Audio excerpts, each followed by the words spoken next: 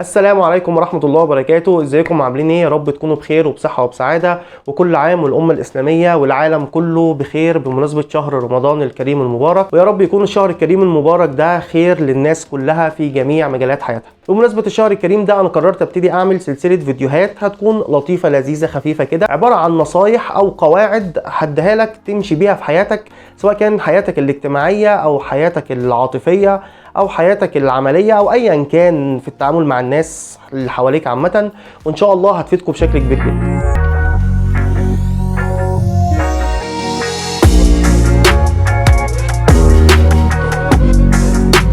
النهارده هتكلم على قاعده بسميها قاعده المعلم والصبي. هتكلم فيها على نقطتين، ايه هي قاعدة المعلم والصبي دي اول حاجة، تاني حاجة تأثيرها ايه عليك، يعني هتفيدك انت في ايه، وبالتالي هيكون تأثيرها على المجتمع او على الناس اللي حواليك هيكون عامل ازاي. او هنتكلم على اول نقطة وهي ايه هي قاعدة المعلم والصبي دي. فخلينا اديلك كده نموذج حي او مثال حي يخليك تفهم الموضوع ده على طول. وانا بعتذر على الصوت الدوشه اللي موجود ده لو هو طالع في الفيديو. النهارده يوم الجمعه والمدارس في تركيا بتخلص دلوقتي، فلازم في الاخر يعملوا التحيه بتاعتهم دي، فالصوت لو طالع في الفيديو سامحوني يا جماعه. المهم نرجع لموضوعنا. فبمنتهى البساطه مثلا لو احنا عندنا في مصر بيكون في معلم سباكه، معلم السباكه ده بيكون عنده تحته صبي. دايما بتلاقي معلم السباكه ده ماسك الصبي بيعامله معامله سيئه جدا من زعيق وشتيمه، وبتوصل في بعض الاحيان انه يمد ايده عليه ويضربه يقول له اشتغل عدل وكده. الموضوع ده بيبقى مضايق الصبي جدا، والصبي ده بيعيش في مرحله صعبه جدا وعايز يجيب لقمه العيش عشان يصرف بيها على نفسه وعلى اهله، ومضطر يستحمل القرف من المعلم بتاعه. اللي بيحصل بعد كده ان المعلم ده كالعاده زي الحياه كلها زينا كلنا هيموت، والصبي ده هيبقى معلم. بعد الصبي ده ما بيكون معلم، اللي بيحصل بيجيب صبي تحته بيعمل فيه ايه يا ترى؟ بيعمل فيه نفس اللي كان بيتعمل فيه قبل، وهو نفس الحاجه اللي كانت بتضايقه بقى بيعملها في الصبي اللي عنده، والدنيا بتستمر كده، وده بيموت وده بيطلع مكانه وبيعمل كده في اللي بعده. هو ده اللي انا اقصده بقاعده المعلم والصبي. ودلوقتي هنيجي على النقطه الثانيه وهي هو ده هيفيدنا في ايه؟ ايوه يعني ده هيأثر عليك انت ايه في حياتك مثلا؟ ايه علاقه ده بيك؟ هقول لك يا سيدي دلوقتي ايه علاقه ده بيك، ركز معايا. كل واحد فينا في حياته مر بعقد نفسيه معينه، تمام؟ كل واحد فينا في حياته حصلت له مواقف خلته معقد من بعض النقط، سواء انت بتعترف او لا تعترف، بس كلنا عندنا عقد نفسيه جوانا، بتختلف طبعا المستوى بتاعها من حد للاخر، من ظروف لظروف تانية، بس في الاخر المجمل كلنا عندنا عقد نفسيه بسبب حاجات سيئه احنا شفناها في حياتنا. وكالعاده هديلك امثله حيه على ارض الواقع مش مثال واحد، عشان تبقى فاهم كويس اللي انا بتكلم فيه، وما تتعبش نفسك في فكره انك تربط ما بين الكلام اللي انا بقوله الكلام النظري والحياه الواقعيه. لا، انا هديك امثله هتفهم قصدي بيها كويس قوي. اول مثال معانا النموذج بتاع البنت اللي هي اتجوزت سنها صغير قوي ومش عايزه تتجوز، واهلها اجبروها على الجواز، فاتجوزت وهي مش راضيه تتجوز ومش طايقه اللي هي متجوزاه وقرفانه جدا من كل حاجه. البنت دي بالظروف دي اتعرضت لكم ظلم كبير جدا في جميع انحاء حياتها، اساسا حياتها كلها اتدمرت بسبب ان اهلها اجبروها على الجواز في سن هي صغيره، وهي اساسا مش حمل ولا هي قد مسؤوليه الجواز. بعد كده البنت دي بتكبر وبتجيلها الفرصه او تسافر دوله تانية، وبتجيلها فرصه ان هي تقدر تبعد عن الشخص اللي هو اذاها ده. فساعتها هي بتعمل ايه؟ اول حاجه بتعملها ان هي بتبعد عنه وبتحمي نفسها من العيشه او من الظلم اللي كانت عايشاه قبل كده.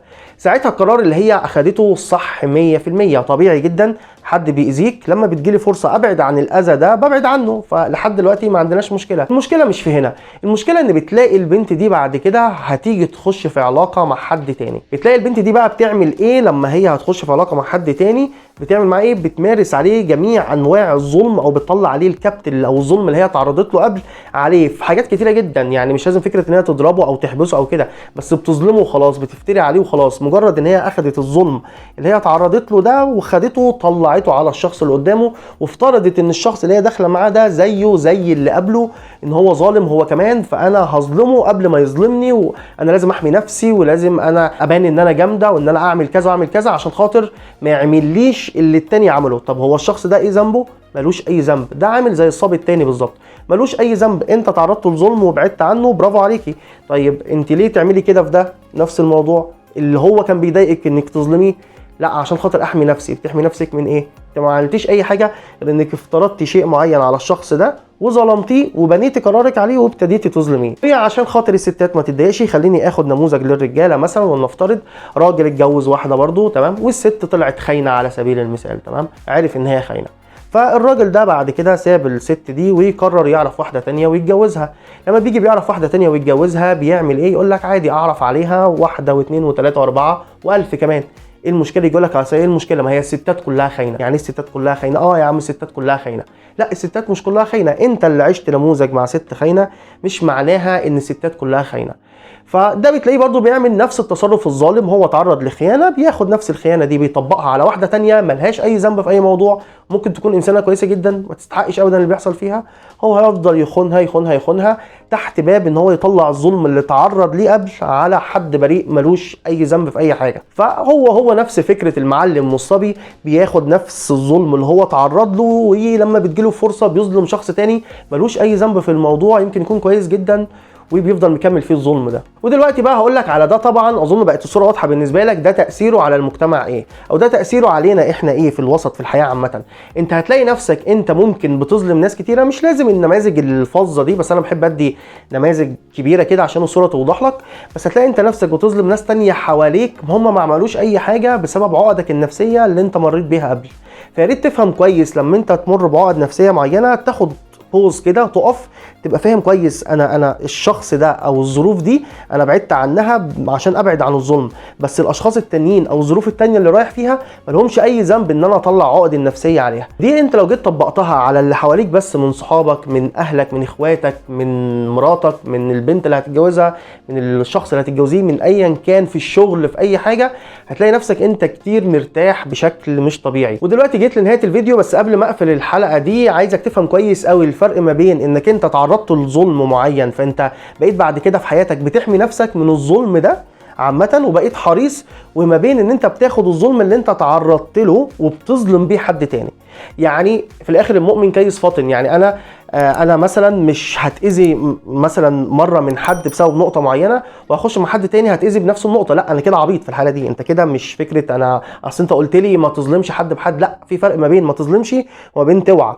انا بقيت واعي ان الناس بتظلمني مثلا في النقطه دي، فانا بخلي بالي في النقطه الفلانيه ايا كانت هي ايه النقطه، ان انا ما اعملهاش عشان الناس ما تظلمنيش.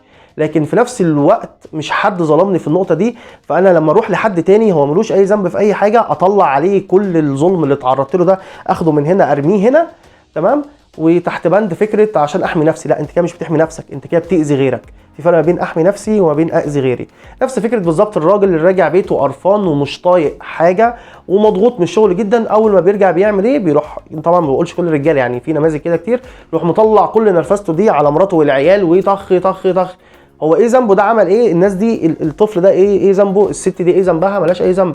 هو الراجل راجع مضغوط من بره بس طلع كل اللي عنده فيها. فافهم كويس قوي الفرق ما بين انك تكون حريص وواعي انك ما تتاذيش من نفس الموقف مرتين، وما بين انك تاخد الظلم اللي تعرضت له وتحوله لظلم لشخص اخر ملوش اي 30 ذنب. مش عارف ازاي مش اي 30 ذنب. وده كان الفيديو بتاعنا النهارده، وكالعاده قبل نهايه الفيديو خلوا بالكم على نفسكم وخلوا بالكم على الناس اللي بتحبوهم، واشوفكم في الفيديو الجاي. سلام. Swear I won't forget this. Why do I regret this? In my mind reckless, thoughts are feeling endless.